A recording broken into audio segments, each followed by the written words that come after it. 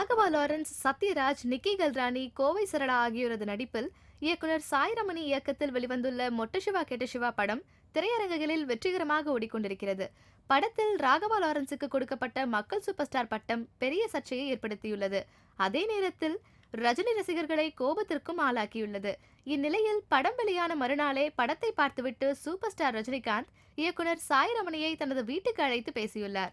ரஜினியை சந்தித்தது குறித்து இயக்குனர் சாய் ரமணி கூறும்போது, சூப்பர் ஸ்டாரின் ரசிகரான எனக்கு சூப்பர் ஸ்டாரின் ரசிகரை வைத்து படம் இயக்கியதில் மட்டற்ற மகிழ்ச்சியில் இருந்தேன்.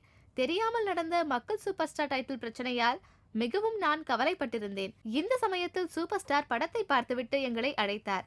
அப்பொழுது அவரிடம், நான் லாரன்ஸ் மாஸ்டருடன் கடந்த 2 வருடங்களாக தொடர்ந்து பழகி வந்தேன். எனக்கு அவரின் மேல் உள்ள அன்பின் அடிப்படையிலும் மக்களுக்கு உதவி செய்து வரும் அவர் மேலும் தொடர்ந்து மக்கள் சேவை செய்ய வேண்டும் எனும் நல்ல எண்ணத்தின் அடிப்படையிலும் தான் அந்த டைட்டிலை வைத்தேன். ஆனால் அது சூப்பர் ஸ்டார் ரசிகர்களின் மனதை புண்படுத்திவிட்டது. அதற்காக நான் வருத்தம் தெரிவித்துக் கொள்கிறேன். தற்போது சில திரையரங்குகளில் மக்கள் சூப்பர் ஸ்டார் கார்டு எடுக்கப்பட்டுவிட்டது. மற்ற திரையரங்குகளிலும் எடுத்துக்கொண்டே வருகிறோம் என்று எனது விளக்கத்தை அவரிடம் தெரிவித்தேன். சூப்பர் ஸ்டார் அவர்கள் என்னையும் எனது படத்தையும் மனதார பாராட்டினார்.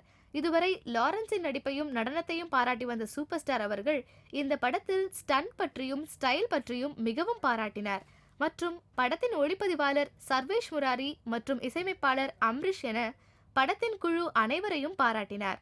எனது அடுத்த படத்திற்கும் வாழ்த்து தெரிவித்தார். எனது வாழ்நாளில் இது மறக்கவே முடியாத ஒன்று.